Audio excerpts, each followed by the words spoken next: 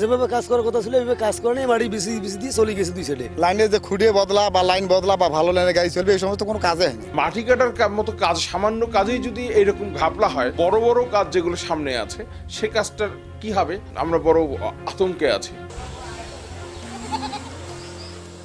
2023 সালে কুড়িগ্রামের Ulipur rail station থেকে চিলমারির রমনা স্টেশন পর্যন্ত 10 কিলোমিটার রেল পথের উন্নয়নে প্রায় 34 কোটি টাকার একটি প্রকল্প নেওয়া হয়, যা শেষ হওয়ার কথা রয়েছে 25 সালের জুনে।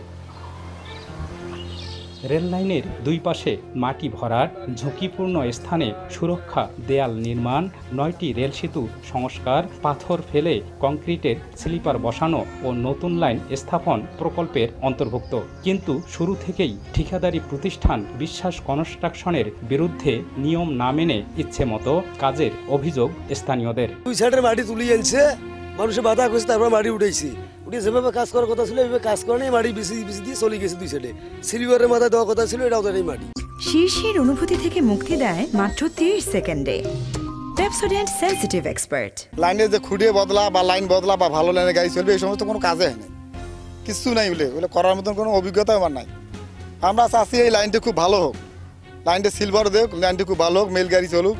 এই সমস্ত তো কাজ হয় না, করে না। ব্রিজের কোনো কাজ হয় না, এরা এমনিতেই রিপেয়ারিং করে দিয়ে চলে গেছে। আর ওদেরকে কিছু বললে কয় বলা সরকারি জায়গা, সরকারের কাজ, আপনারা কথা বলার কি। তারা যে দূর থেকে মাটি আনার জন্য 666 টাকা যে চুক্তিটা তারা করেছিল 1 বর্গমিটার মাটি আনবার জন্য, তারা সেখান দূর থেকে মাটি না এনে রেল লাইনের নিচ থেকেই তারা মাটি তুলেছে। মাটি কাটার মতো কাজ, সামান্য কাজেই যদি এইরকম ঘাপলা হয়, তাহলে এই বড় বড় কাজ যেগুলো সামনে আছে সে কাজটার কি হবে, তো এইটা নিয়ে আমাদের এই যে আমরা বড় আতঙ্কে আছি। এদিকে উন্নয়ন প্রকল্পের কাজ নিয়ে নানা মহল থেকে অনিয়মের অভিযোগ উঠলে তদন্ত শুরু করে দুদক ও জেলা প্রশাসন। অনিয়ম পেলে সংশ্লিষ্ট দপ্তরকে ব্যবস্থা নিতে চিঠি দেয়া হবে বলে জানান জেলা প্রশাসক।